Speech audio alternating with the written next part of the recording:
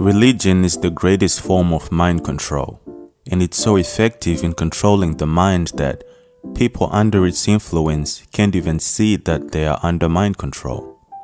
Interestingly enough, if someone is a Christian and you tell them that Islam is a form of mind control, they would agree with you, but they are not able to see that their own religion is also a form of mind control.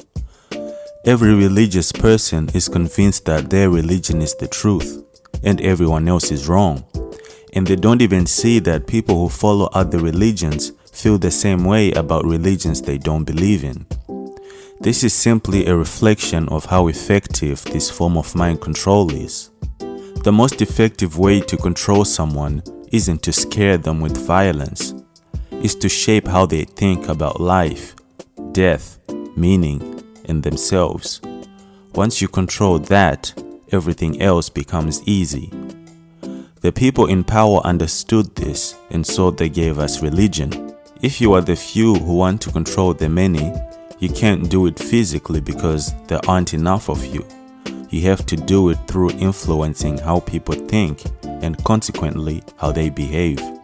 A passage in the Bible that makes it obvious that religion is a form of mind control given to the people by the powers that be is Romans 13 verse 1 to 7. Let every person be subject to the governing authorities. For there is no authority except from God, and those that exist have been instituted by God. Therefore, whoever resists the authorities resists what God has appointed, and those who resist will incur judgment. For rulers are not a terror to good conduct, but to bad. Would you have no fear of the one who is in authority? Then do what is good, and you will receive his approval, for he is God's servant for your good. But if you do wrong, be afraid, for he does not bear the sword in vain. For he is the servant of God, an avenger who carries out God's wrath on the wrongdoer. Therefore one must be in subjection, not only to avoid God's wrath, but also for the sake of conscience. Another verse that gives away the mind control agenda is Hebrews 13 verse 17, which says, Obey your leaders and submit to them, for they are keeping watch over your souls, as those who will have to give an account. Let them do this with joy and not with groaning, for that would be of no advantage to you. Titus 3 verse 1 also says something similar. Be subject for the Lord's sake to every human institution, whether it be to the emperor as supreme, or to governors as sent by him to punish those who do evil and to praise those who do good. When you hear those verses, isn't it obvious that they were written by the people in power who want you to obey them without question? Of course, if you're under religious mind control, you will not be able to see the obvious, and you will find different ways of justifying those verses. That's how the mind control works. Religion actually holds people's intelligence back. In other words, it essentially makes them mentally challenged, which is a word that means the action of delaying or slowing the progress or development of something. This is actually what religion does, regardless of how people may feel about hearing that. Religion says God created man in his own image, but the truth is man created God in his own image. This is why God is a jealous God, a violent God, and an angry God. These aren't qualities of a real God. They are qualities of humans which they projected onto their image of God. To quote the spiritual teacher and mystic Osho, organized religions enslave the individual for political and economic purposes. The religious heritage is phony, based on childish myths.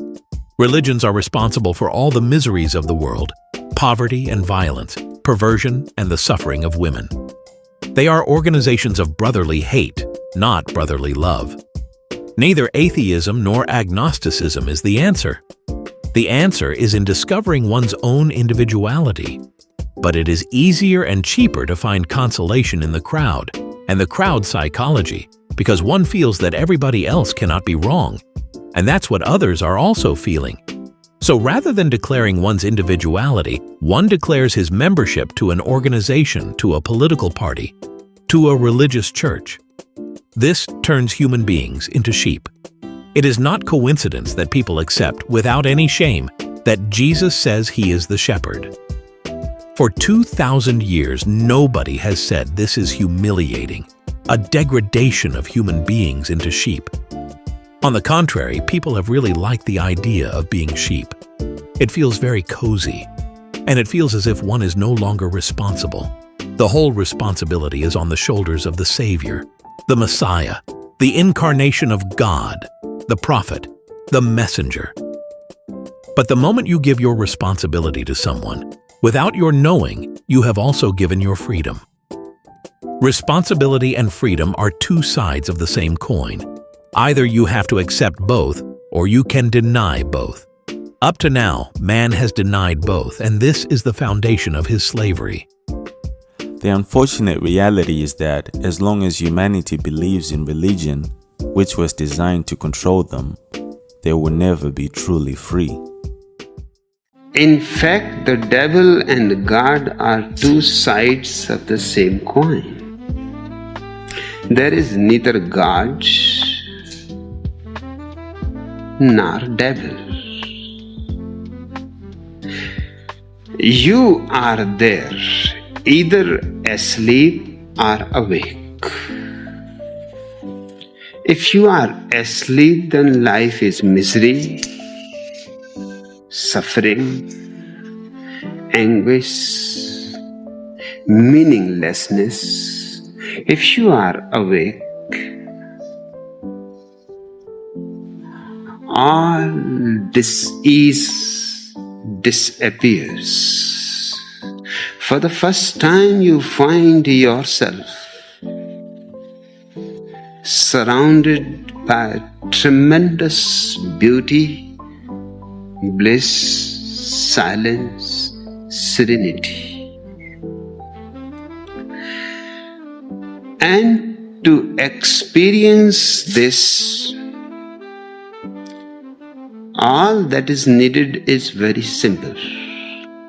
One should put his prejudices aside. One should not be a Christian, otherwise he cannot come to this moment of luminosity.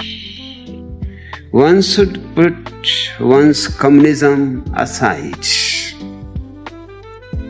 Just for the moment.